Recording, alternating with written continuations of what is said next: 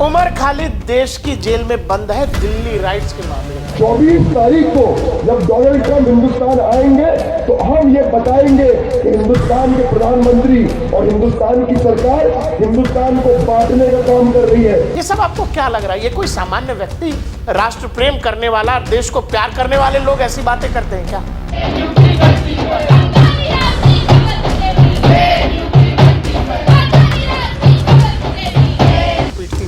इनकी संख्या अब ऐसी रह गई है कि आने वाले समय में जैसे हम आप डायनासोर के बारे में केवल कहानी सुनते हैं, इनके बारे में भी केवल कहानी ही सुनिएगा।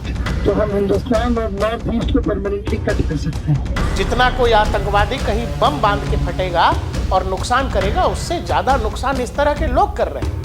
देश में कौन सी क्रांति की लहर रच रहे थे डपली बजाकर, हम लेके रहेंगे आजादी, लेके रहेंगे आजादी। किस बात की आजादी भाई? काहे की आजादी चाहिए? देश को तोड़ने की आजादी, कश्मीर को भारत से अलग कर देने की आजादी। और फिर ये लोग कहते हैं कि अरे सुप्रीम कोर्ट ने जो आजादी नहीं दी। वामपंथियों की हालत भी कुछ ऐसी ही है कि ये देश में जहां है ऐसे ही अवशेष बचा हुआ है।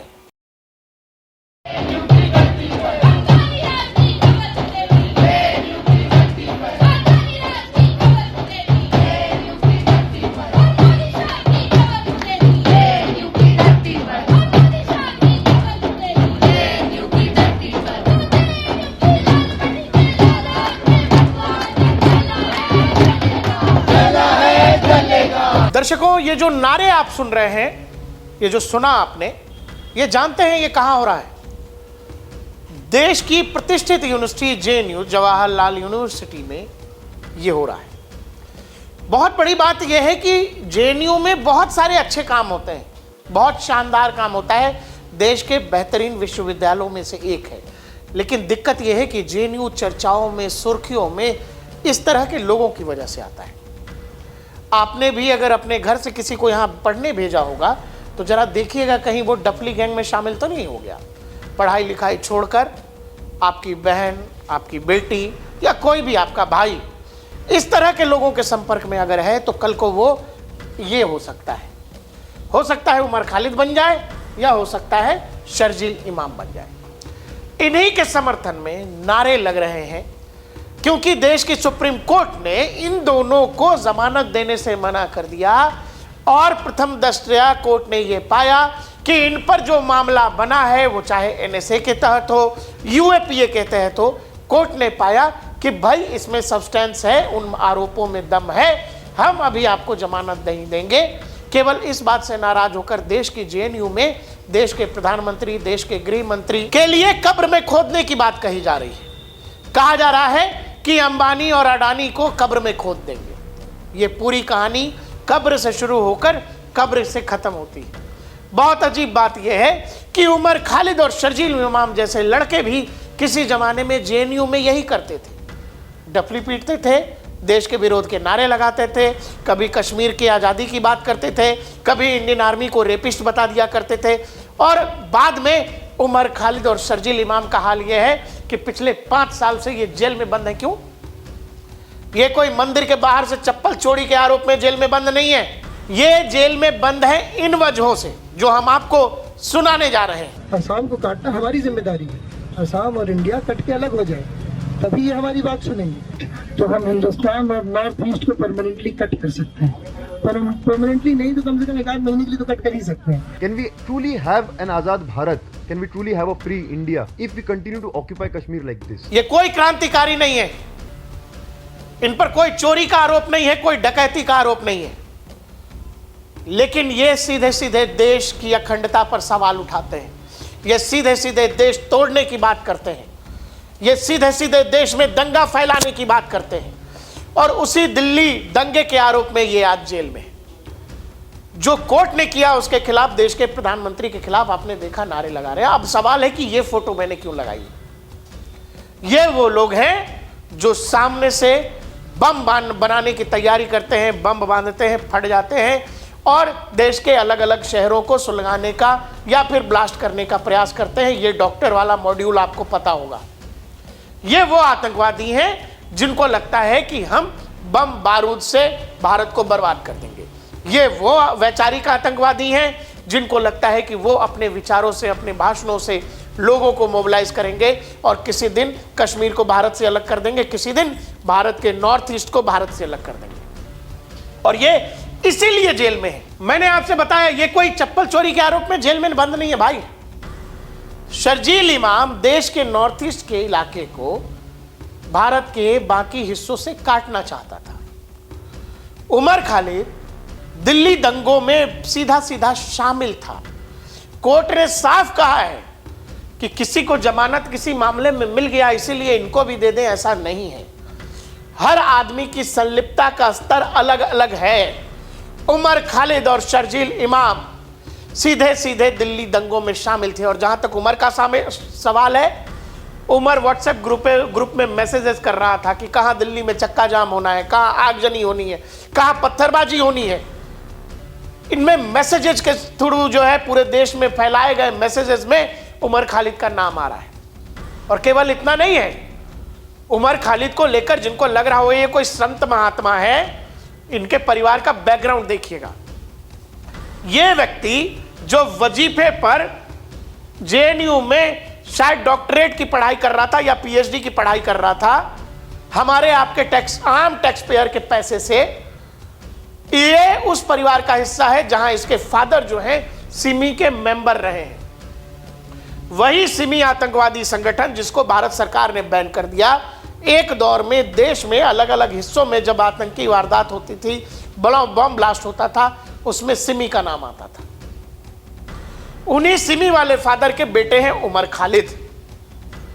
और उमर खालिद दिल्ली दंगों से चंद दिन पहले अमरावती में क्या कुछ कह रहा था वो सुन लीजिए। 24 तारीख को जब डोनाल्ड ट्रंप हिंदुस्तान आएंगे तो हम ये बताएंगे कि हिंदुस्तान के प्रधानमंत्री और हिंदुस्तान की सरकार हिंदुस्तान को बांटने का काम कर रही है, महात्मा गांधी के उसूलों की धज्जियां उड़ा रही है। और ये बताएंगे कि हिंदुस्तान की आवाम हिंदुस्तान के हुक्मरानों के खिलाफ लड़ रही है। 2020 जनवरी फरवरी का समय, डोनाल्ड ट्रंप का भारत दौरा, और उसी समय आपको क्या ये अनायास लग रहा है कि दुनिया के सबसे शक्तिशाली देश का राष्ट्राध्यक्ष दिल्ली में था और दिल्ली दंगे हो गए जिसमें 53 लोगों की जान चली गई। और कुछ दिनों पहले उमर खालिद अमरावती में कह रहा है कि ट्रंप आ रहा है, हम सड़कों पर अपनी ताकत दिखा देंगे। और उसके बाद दिल्ली दंगों का होना, ये क्या महज संयोग है? यही सब सुप्रीम कोर्ट ने कहा है कि प्रथम दृष्टया जो इन पर मामला बन रहा है, हम इनको औरों से अलग समझते हैं। और अभी अगले 1 साल तक जमानत के लिए मत आना, जाओ जेल में रहो। ये कोई छात्र नेता है? ये देश को क्या दिशा दिखाएंगे? ये देश को कहां लेकर जाने की बात कर रहे हैं, जिसमें वो कह रहे हैं कि कश्मीर पर भारत ने जबरदस्ती ऑक्युपाई करके रखा हुआ है। एक दूसरा कह रहा है कि नॉर्थ ईस्ट में इतना मवाद डाल दो चिकन नेक के इलाके में कि हम नॉर्थ ईस्ट को अलग कर दें। Basically about against the occupation of Kashmir by the Indian state, and I make it very apparent here, I'm not from Kashmir, but I believe that what is happening in Kashmir is in an Indian occupation of Kashmir. तो हम हिंदुस्तान और north east को permanently cut कर सकते हैं, पर permanently नहीं तो कम से कम 1 आध महीने के लिए तो कट कर ही सकते हैं। ये सब आपको क्या लग रहा है? ये कोई सामान्य व्यक्ति, राष्ट्र प्रेम करने वाला, देश को प्यार करने वाले लोग ऐसी बातें करते हैं क्या? सुप्रीम कोर्ट ने कहा है कि उमर और शर्जील की भूमिका इस मामले में अन्य आरोपियों से अलग है। पेश साक्ष्यों के विश्लेषण से पहली नजर में खालिद और इमाम के दिल्ली हिंसा में केंद्रीय और निर्णायक भूमिका निभाने के साथ साथ योजना बनाने, लामबंदी और रणनीतिक दिशा के स्तर पर भागीदारी का पता चलता है। पीठ ने यह भी कहा कि खालिद और इमाम बाकी आरोपियों से अलग स्थिति में थे। साक्ष्यों कथित अपराध पर अंजाम देने में उनकी भूमिका होने का संकेत देती है। देश की एजेंसियों ने न्यायालय में जो सबूत पेश किए हैं वो इतना काफी है। भाई हमसे आपसे तो ज्यादा ही समझदार होंगे जज साहब। ये जो कुछ कथित पत्रकार, यूट्यूबर जो है हर बार माहौल बनाते हैं, शर्जील 5 साल से बंद है, उमर खालिद 5 साल से बंद है। क्या कर रहे थे उमर खालिद और शर्जील इमाम? देश में कौन सा जागरण चला रहे थे भाई? देश में कौन सी क्रांति की लहर रच रहे थे? डफली बजाकर हम लेके रहेंगे आजादी, लेके रहेंगे आजादी। किस बात की आजादी भाई? काहे की आजादी चाहिए? देश को तोड़ने की आजादी? कश्मीर को भारत से अलग कर देने की आजादी? और फिर ये लोग कहते हैं कि अरे सुप्रीम कोर्ट ने जो आजादी नहीं दी तो इसीलिए मोदी तेरी कब्र खुदेगी, इसीलिए अमित शाह तेरा कब्र खुदेगा, अडानी अंबानी का कब्र खुदेगा। यह ड्रामा जेएनयू में हो रहा है। सवाल है कि जो पत्रकार ये माहौल बनाते हैं, क्या उनको उन साक्ष्यों से मतलब है कि नहीं? अगर उमर खालिद उस दौरान व्हाट्सएप पर मैसेज डाल रहा है कि फलानी जगह जुट जाओ, फलानी जगह जमा हो जाओ, फलानी जगह रोड जाम कर दो, और ये पूरी प्लानिंग में वो संलिप्त है, तो वो साक्ष्य है कि नहीं है? अगर वो 2 दिन 3 दिन पहले अमरावती में कह रहा है कि ट्रंप आ रहा है, हमें आपको उनको ताकत दिखा देनी है कि नरेंद्र मोदी की सरकार कैसे यहां पर लोगों पर जुल्म कर रही है, तो ये आपको अनायास लग रहा है ये लोग कोई क्रांतिकारी लोग हैं। जिसका बाप सिमी का मेंबर रहा हो, जिस सिमी पर बाद में प्रतिबंध लग गया, वो फादर आज दुनिया में अलग अलग जगहों पे जाके रोना रो रहे हैं कि हाँ मेरे बेटे के साथ बड़ा अत्याचार हो रहा है। जैसे खुद कभी क्रांति की अलग जगह रहे थे सिमी में जुड़कर। सिमी और पीएफआई जैसे संगठनों से जुड़ा हुआ परिवार इस देश को क्या दे सकता भाई? ये लोगों की जिज्ञासा है। और देश के प्रधानमंत्री के लिए अपशब्दों का इस्तेमाल करना, देश के गृह मंत्री के लिए आपत्तिजनक नारे लगाना, जेएनयू में जिन लोगों को लगता है यही जेएनयू की पहचान है, ऐसा नहीं है।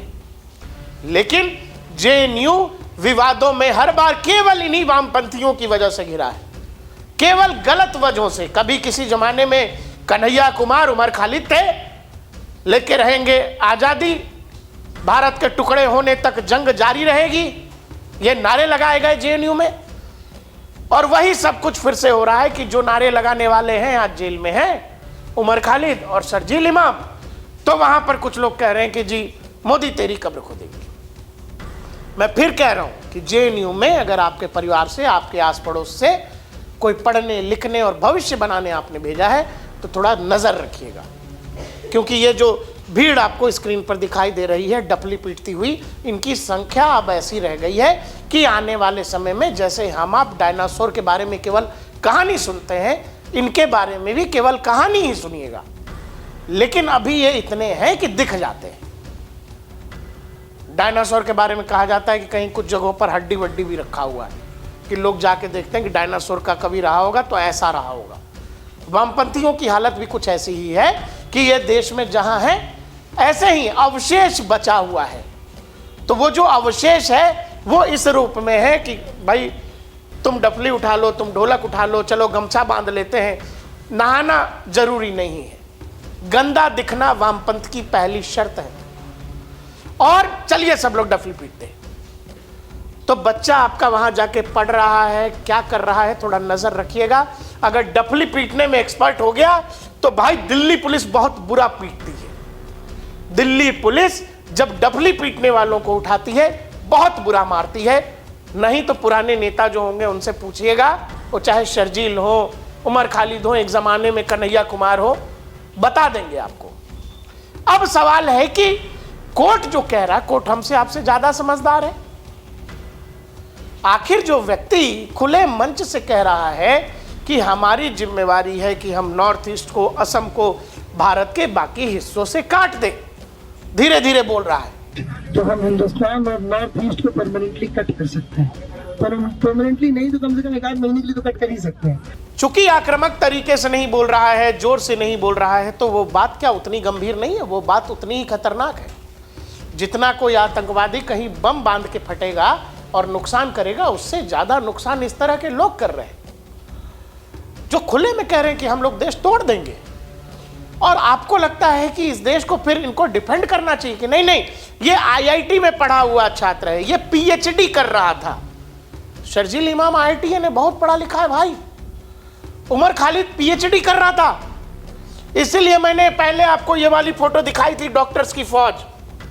ये सारे के सारे डॉक्टर्स ही तो थे, सब के सब डॉक्टर हैं। Doctor Umar, doctor Shaheen, doctor Sajjad, doctor Muzammil, doctor Adil, क्या क्या किया इन्होंने? सब डॉक्टर हैं।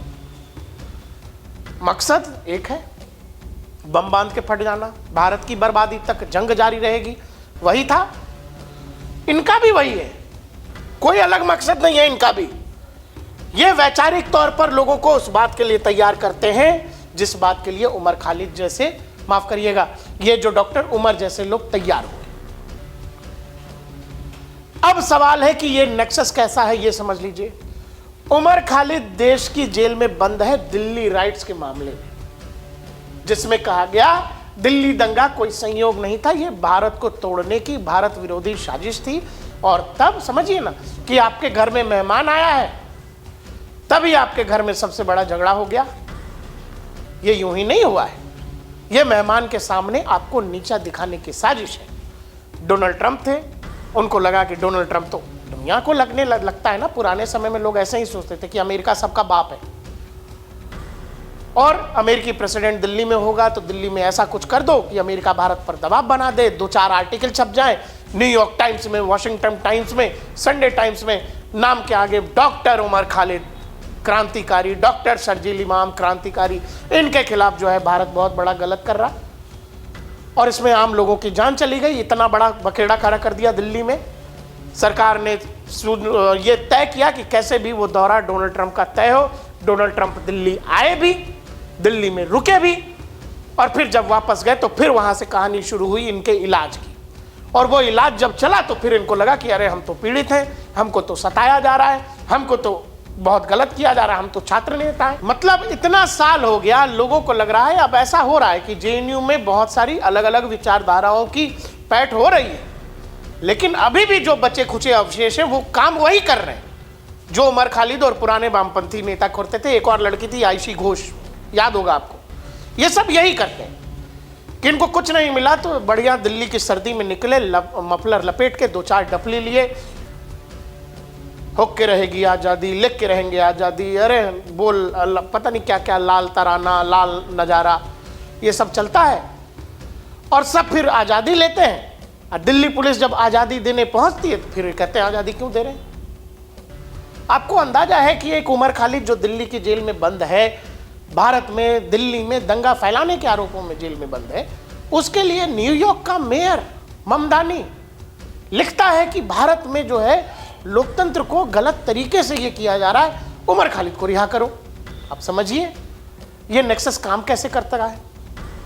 उमर खालिद कोई करोड़पति बाप का बेटा नहीं है। फादर पर सिमी से जुड़े होने का आरोप है। संभव है कि उसका फादर सिमी का फाउंडिंग मेंबर रहा होगा, जिस सिमी पर जो है प्रतिबंध लग गया।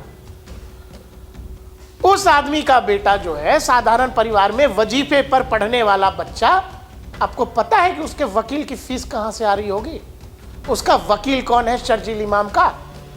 शर्जील इमाम और उमर खालिद जैसों की वकालत कर रहे हैं देश के सुप्रीम कोर्ट में कौन? कपिल सिब्बल, अभिषेक मनु सिंघवी और भी 2-4-5 नेता हैं, वकील हैं, जिसमें नाम है आपका सलमान खुर्शीद, सिद्धार्थ लूथरा, सिद्धार्थ दवे। इन वकीलों की फीस पता है आपको? एक हियरिंग की फीस है 20 से 25 लाख रुपए। कपिल सिब्बल 20-25 लाख लेते हैं, 15-20 लाख अभिषेक मनु सिंघवी लेते हैं, 5-8 लाख रुपया लेते हैं आपके सलमान खुर्शीद। और ऐसे ऐसे वकील किसका वकील है? सर ये आपके उमर खालिद और शर्जील इमाम के। ये कोई करोड़पति बाप के लड़के थोड़ी हैं। अब सवाल है कि ये सारा कुछ अरेंज कैसे हो रहा है जब साधारण परिवार है? तो आपके मानने से मान लेते हैं कि अरे क्रांतिकारी हैं चूंकि कुछ लोगों की नजर में, तो वकीलों ने जो है फ्री कर दिया होगा फीस।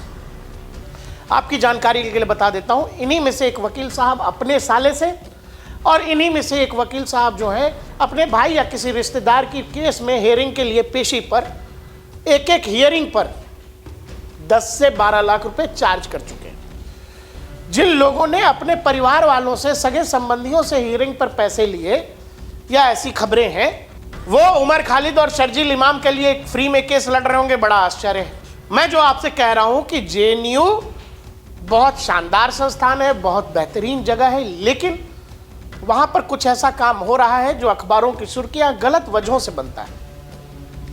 और ये किसी ने कार्टून शेयर किया था, मैंने लगा दिया। इस व्यक्ति का सपना था भाई भारत के चिकन नेक को काटना, और ये आदमी जो सपना 5-7 साल पहले देख करके गया है, आजकल बांग्लादेश में बैठे लोग यही सब कह रहे हैं। 7 states of India, eastern part of India, called Seven Sisters. They are landlocked country, landlocked region of India. They have no way to reach out to the ocean. We are the only guardian of the ocean. आपको बांग्लादेश से ऐसी ही आवाज आ रही होगी जैसा आपने मोहम्मद यूनुस को सुना कि भारत का नॉर्थ ईस्ट जो है वो लैंडलॉक है, हम कब्जा कर लेंगे, हम ग्रेटर बांग्लादेश बना लेंगे। बांग्लादेशी कह रहे हैं हमको समझ आता है। हमारे देश में बैठे लोग जो हमारी ही पैसों पर, हमारे टैक्स के पैसे पर पढ़े लिखे, और बाद में अगर इनका भी सपना यही है कि भारत टूट जाए, तो ऐसों का क्या होना चाहिए? ऐसे जेल से बाहर क्यों होने चाहिए? इनको तो जेल में ही सड़ना चाहिए। इसीलिए बहुत कायदे से और समझदारी से ये डिसीजन लीजिएगा और जरा समझिएगा कि देश का न्यायालय आखिर ये कह रहा है कि अगले 1 साल तक आप लोगों को जमानत नहीं मिलेगी, तो जज महोदय के सामने कुछ ऐसा होगा जो इतना गंभीर है जिसके आधार पर वो कह रहे हैं कि नहीं भाई, इन जैसों को तो जेल ही में रहना चाहिए। और जो लोग जेएनयू में नारे लगा रहे हैं, हम उन नारों के साथ आपको छोड़े जाते हैं। इन नारे लगाने वालों पर अगर इसमें आपको अपनी बहन, अपना भाई, अपना चाचा, जो भी है रिश्तेदार, अगर कोई देख रहा है या दिख रहा है, तो उसको फोन करके समझाइएगा कि बाबू तुमको पढ़ने भेजा है, और तुमको अगर शर्जील इमाम और उमर खालिद ही बनना है, तो फिर इस देश का न्यायालय और इस देश का कानून जब इलाज करेगा तो तुमको बचाने हम नहीं आएंगे।